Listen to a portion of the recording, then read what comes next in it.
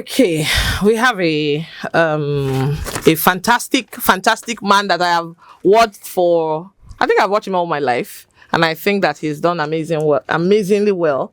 I'm talking of no other person than Adebayo Salami. He's a veteran Nollywood actor, filmmaker, and one of the founding fathers of Yoruba theatre in Nigeria. Widely known by his stage name Oga Bello, he is respected for his decade-long contribution to the growth of indigenous filmmaking in Nigeria. He hails from Ilorin, Kwara State, but was born and raised in Lagos State on May 9. Adebayo Salami is not just talented, he's also educated.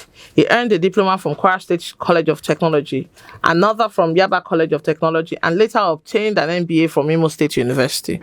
His journey into acting in 1964, when he joined the Young Concert Party under the leadership of the late Ojoladipo, popularly known as Baba Mero. I don't know if I got that correctly. Baba Mero. After Baba Mero's passing in 1978, Adebayo Salami took over leadership and transformed the group into the legendary Awada Keri Theatre Group, a dominant force in Yoruba theatre. He featured in Nigeria's first Yoruba film, Ajani Ogun, alongside Adeyemi Afolayan, that's Ade Love, and has since featured in and produced or directed over 300 Yoruba films. I'm sure this number is has grown exponentially. His notable works include Kadara, Ogun Ajayi, Oduduwa, Atanpakometa, Ayitale, and many more. In 2005, Oga Bello reached a historic milestone, celebrating 60 years on stage. 6 solid decades of acting, storytelling, mentorship, and cultural preservation. A rare and inspiring achievement that cements his place as a true icon in African cinema. Beyond his acting career, he served as a founding member and former president of the Association of Nigerian Theatre Arts Practitioners, ANTP, where he played a key role in organizing and defending the rights of practitioners in the industry. His work has earned him numerous awards and honors, including the Best of Nollywood Born Lifetime Achievement Award. I was there at that one. City People Movie Awards and recognitions from both traditional institutions and film bodies. Off screen, Adebayo Salami is a devoted family man. He's married with 18 children, including the celebrated actor and politician Femi Adebayo, who is proudly walking in his father's footsteps. With a legacy spanning over 60 years, Adebayo Salami Oga Bello remains a living legend, a pioneer and a cultural ambassador whose name will forever be remembered in the history of Nigerian film. And today we have Alhaji Adebayo Salami, widely known as Oga Bello. Good afternoon, sir. Good afternoon, my brother. How are you? Very fine, sir. Good. How are you today, sir? Fine, and you? Very well, very well. It's good to have you in the studio. It's my pleasure. Yeah, let's go into it today. Congratulations on your feat. 60 years in a career is a huge feat. As a doctor, you spent 60 years. As a lawyer, you spent 60 years. As a broadcaster, you spent 60 years. It's a huge feat. For you, how does it feel? Being healthy. You're seeing your children do well, and you're still doing this same work you decided to do all your life. How does it feel celebrating 60 years on the job? Well, first and foremost, let me thank Almighty Allah for giving me the grace to be in the field up to now. I'm very happy, and I can say I'm fulfilled because I have to thank God for everything that has done to me in the field. Despite the fact that there's no way in any journey there must be ups and downs. So definitely I'm happy and I'm very, very, very thankful. Okay, so when you started in 1964 as a young boy, did you foresee all these challenges you just mentioned? When I started, I was very young. I was 12 years old then, and I didn't do it because I'm looking for fame. I didn't go into it because I'm looking for money. I just have passion for anything that has to do with culture. That's what makes me go into it. But at the long run, I found myself in the field of acting, and something inspired me, and somebody inspired me to go into it. So finding myself there, It's not. I didn't regret because I'm doing something that I am passionate about. That is the that is the way it is up till now. You talked about influence. Somebody influenced you to Yeah. say, "Oh, the young boy, this is what you want to do." Who is that person? And what was that particular thing the person did, on stage or on TV that drew you into acting? Actually, the chief Dr. Hubert Ogunde inspired me, and at that time, I think 1962, 63, before I joined the group in 1964, it's Ogunde that was doing a program on television, NTA, but then the title of the program is Village Doctors. So I saw it, I liked it, and I liked the way Chief Dr. Hubert Ogunde is acting. So I said, yes, I'm going to be like this man. That's what inspired me, actually. Okay, so you are one of the few actors and filmmakers who witnessed the growth of Nollywood that we know today. You went from stage to screen, and then now we're not just in cinemas across the world, we're now on streaming platforms too. What do you think has been the difference in the different levels of Nollywood's growth as an industry? What do you think is different in the way we tell our stories? Do you think anything has changed over time, or do you think that the stories have remained the same, or something else has changed over time? Many things have changed over time because everything is you have to move with time. Well, many things has changed in terms of technology, storytelling, acting wise, putting props together and do it properly, because then when we started, they were looking at us as somebody who's a dropout and somebody who's not serious, a lazy person. But today, we thank God, we have more educated people among us. So in terms of that education, we were able to change, to move, to elevate us. The education elevated us up to the level we are now. That's number one. Number two, the thing that I can see that it changes so many things. Well, you cannot compare stage performance to movie production. It's quite different. You understand? The discipline we have in stage performance is quite different to the one we have on the movie production. Yeah, then we are well disciplined, but presently discipline has a little bit lack from the side of film production. And when you look at it, we have more talents in the industry now that can tell stories, that can interpret their role very well. So there are a lot of changes here. We cannot, yes, lots, yes. Okay, sir. So, speaking of new talent in the industry and the influx of talent, do you think that this new generation of talent, of creatives, of actors, or filmmakers understand the work that was done to lay this foundation that they are now building on? Do you think they understand the amount of work that went into building this industry for the people that are now, enjoying the benefits? Do you think they understand the amount of work that was done so far? Well, regarding yes, some do understand, but some did not even understand. If you ask some of them, especially the present generation, they don't know who Ogunde is, and you have to give it to Baba. Baba is the one that commercialized this profession. So they don't know who Ogunde is. They don't know Baba Meru. They don't know. Some of them didn't even know Baba Salah. They didn't know about Oyade Jobi, Ogumola, and others like that. And those are the people who created this thing. Those are the people that started it. They paved the way for somebody like us, and we know it, right? So they don't.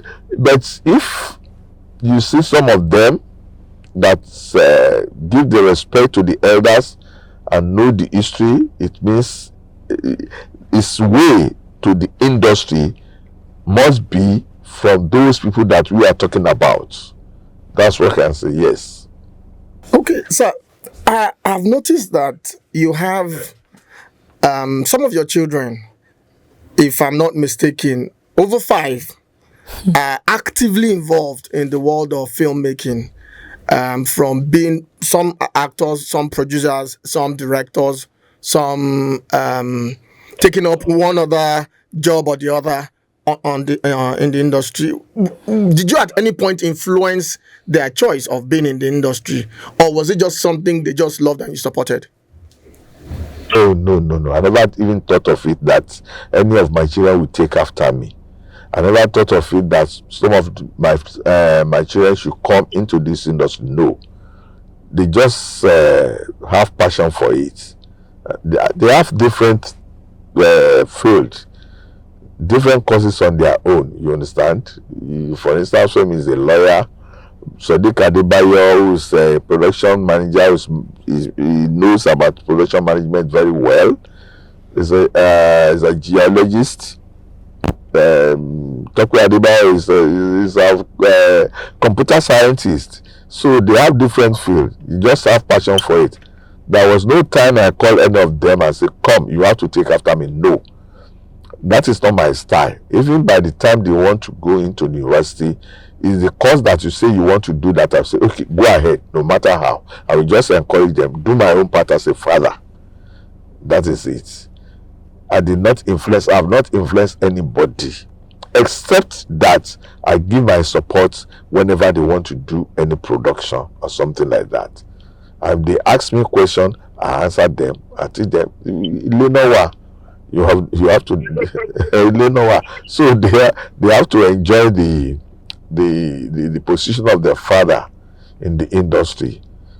You understand? So that is it. There's no way. Okay, is there at any point they enjoyed some form of privileges for being Oga Bello's son? Maybe get roles without necessarily auditioning for it, or they just hand them over some production work just because they are Oga Bello? Has there been any point your influence or your name, personality or your name, influence something they got on the job? Nothing of such. Getting road or something like no, but they can get my influence whenever they want to shoot and they are looking for a particular location. They don't want to. They don't have access into it. Maybe I know the person, I can call them. That is the only thing. But for them to get role, no. For instance, first movie that I think I can say brought me into limelight is Oga Bello. I didn't even know. Yeah, I didn't even know when he went for the audition. Tade Ogidon was the producer of the movie.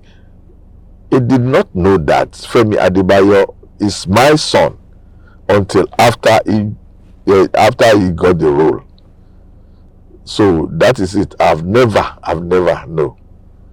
Okay, so in your new project, Her Excellency, there's this description that teases scandal. Can you tell us about the controversy at the heart of this film? What really? Come with that question again. Your new film, Her Excellency, which is in the cinema, has a description that teases some kind of scandal. Scandal? Yes. Can you tell us about the controversy at the heart of the film? Like, what really is this? Is the film telling? What message is it telling? Maybe that is you just asked the right question. I don't know what you are talking about, the scandal or something like that. However, I love to write family story a lot, and I sit down, I can see that so many people up there, like the governors, like the ministers or something, they do encounter so many things in their matrimonial home. And I'm trying to tell people, especially the women, that no matter how the position your husband is, you have to understand him. give him give him your full support. You understand? If you give him your support, yes, you have rest of mind. Otherwise, he would not do the work right. So it's a way of telling the woman in there that there is difference between marital life and both profession or career, whatever the case it may be. That is my message to people. And they should if you look at it nowadays, many people has gone due to jealousy. Many people has injured themselves due to jealousy. I have so many marriage that's broken because of jealousy. So I'm telling people, if you are jealous, you take it easy. You take it easy. That is the message I'm trying to pass. Okay. So speaking about Her Excellency, a lot of people feel like this was a hurrah from you, like a statement, like we're making a statement with Her Excellency to say that yes, I might be an actor, I might have done films in the past, but this production is a way to tell people that yes, you are still in the game. Are we looking at retirement at any point? You know, you've done this successfully and people have accepted it, and it's a beautiful film. Is this the point that you retire, or can we expect more from you? Retire? I didn't get your question.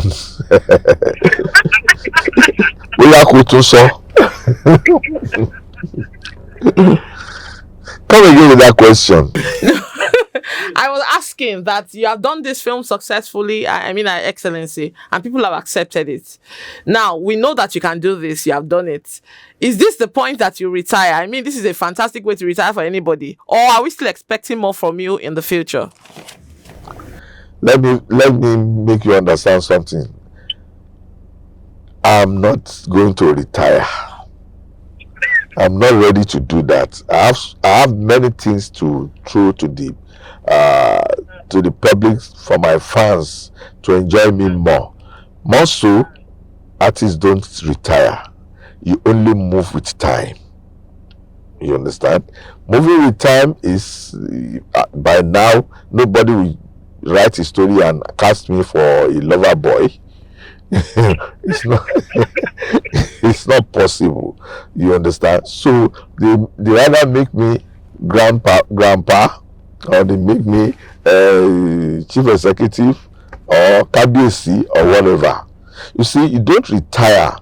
If you do retire, the talent will haunt you. No matter how, it will haunt you, and you get old in no time. You still need to be moving round and round. If you are still agile, you are agile. If you still have the idea, you put out the idea. But for me to retire, so I'm not retiring. My brother, my sister, I will retire. Good to know, sir. So I have a question. There was a point in your son Femi Adebayo's career. He was our guest here, I think, many months back. About 4 months ago. And we asked him about a particular question. You were on set with him, and he had to play a role where he had to slap you as his father in that film. No, not as his father, but he had to slap you in that film. And we asked him, how did it feel for you? You know, and he said, well, he had to do it. It was hard for him, but he had to get the job done. And immediately after that particular scene, he just went on the floor and prostrated, saying, "Daddy, I'm so sorry." Blah blah blah. Now, I want you to relive that memory with us, sir. Well, let me tell you, if I'm acting with him or any of my son on set, I'm not seeing them as my son. I'm not seeing them as my own child at all. I'm looking at them as a colleague. I'm looking at him to interpret his role properly, and me interpret my own too properly. I must confess to you, if when he came and said, "Daddy, am I binu?" I said, "What?" I told him, I did mean that you didn't slap me. I would have slapped you after the shooting, because you didn't interpret your role very well. That is it. So I don't look at it. They must do it properly. Yeah. Okay, sir. I noticed something in your days when you were younger, and the Nigerian film industry was booming. When you were laying the foundation, like you told us, you got influenced to get into the job through the late Dr. Chief Hubert Ogunde, and you had gone through your career, working with some of the greatest in the industry, and you've been able to put your name on the sands of time. But I keep wondering, if we look at that time when you started compared to now when we are, some of the things we hear include sexual harassment, sex for roles. Were these things something that were happening at that time when you were starting off your career, or at any point before now? Because now most of the young ladies, you hear them say, oh, the producer is asking for sex to give me a role, or the director wants to sleep with me, blah blah blah blah. And we've heard several accusations, we've heard several deliberations on it. Some of your colleagues, some of your age mates, some younger than you, have delved into it and have had one take or the other. I would like you to tell us your take on this, sir. Let me tell you, wherever you belong to, wherever sector you belong to, you understand, there must be, there's how do I put it? May I say must, or I say probably it may happen like that. But there's no sexual harassment because you want to get a role or somebody want to give you a role. In our own days, up to now, I don't believe it. It's you that you always, most of these girls go to directors and producers, please, by all means, by fire, by I want to be in the film. They are ready to do something. They are ready to agree with whatever your condition is. I must confess to you. So, but a good director, a good producer will not cast anybody with sentiments. If you have a good story, if you don't cast or you cast with sentiment, you want to spread your story. So because a lady say I want to stay with him, therefore I must by fire and force and put him down. No. Sexual harassment is all over. It happens within the bank, it happens within the broadcasters, it happens in wherever in the ministry.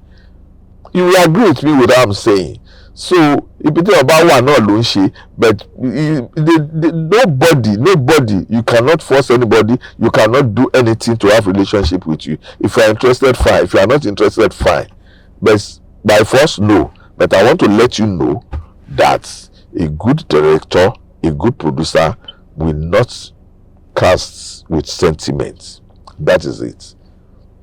Okay, so have you ever been in that position where a lady, an upcoming actor, even an established one, have come to you and have insisted that I will do anything, even if it means going to bed with you, I'll do anything, just give me this role, I want this role, I desire this role or something. Have you ever been in that situation? Because I know you are also a producer and director yourself. Yeah. So have you ever been in that situation at any point in your career? I will not even leave the chance for you to come and meet me about it. Because I'm a disciplined director, I'm a disciplined producer.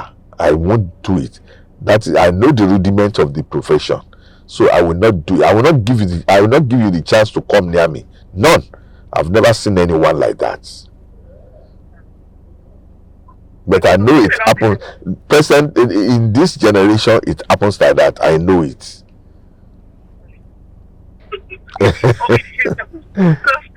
about discipline, sir. You see? So you have been quite vocal on discipline and lack of structure in Nollywood and all that. Come again, no. You say what? Speaking about discipline, yeah. You have been quite vocal about issues that have to do with structure, the lack of structure, and discipline in Nollywood. Where do you think we are now as an industry? I mean, you have led the ANTP at some point. You have one of the founding fathers. Where do you think we are now as an industry? What do you think the industry needs now to go beyond what it is now to compete at? We're already competing at global standards. Anyway. But I mean, what we need to take the industry to the next level? What do you think we need? Let me quickly correct something that there's no structure. There is structure. You understand? We have structure. One thing is, you cannot force anybody to join any association. And I want you to know that there are some people who are in discipline, who are not disciplined from their house, from their home, and they cannot face the discipline in the association, so they refuse to join the association. Those are the people that they are not disciplined, that you are seeing out there, but yet they will say they belong to this profession. All right. Okay, now the discipline in our own days is quite different to this. You must respect your call time. When it is 3 o'clock, you say it's 3 o'clock. You must respect that call time. But now, a star can be coming and say, "Oh, let me driver me." Some excuses it's not tenable in this profession. It happens now. You understand? And I don't know. So it's quite different in our own area. No, who are you? Who are you? Even if you are playing the lead, I will say leave my sets. That's why up to now in any of my movie, I've adopted that one right from stage. I will double cast. If one is not serious, I will take the second one. That is what if both of them are serious? What if both of them are serious, sir? You say what? What happens? What if both of them are then serious? What happens to the extra cast? One will be better than one. I will take the better one. Then the other one will say you are on standby. So So final question from me. We have talked about Her Excellency that is currently in the cinemas and doing very good numbers. Why should people, the young people now who are probably going to go to the cinemas this weekend to experience the cinemas, why should they pick Her Excellency over any other film in the cinema? I will implore them to take His Excellency, because I don't want to condemn any cinema. What is in my film is that you'll be entertained, you will be informed, and I will educate you. That is the reason why they should pick Her Excellency. Her Excellency to me now is the best cinema out there. You cannot compare old experience to the present one.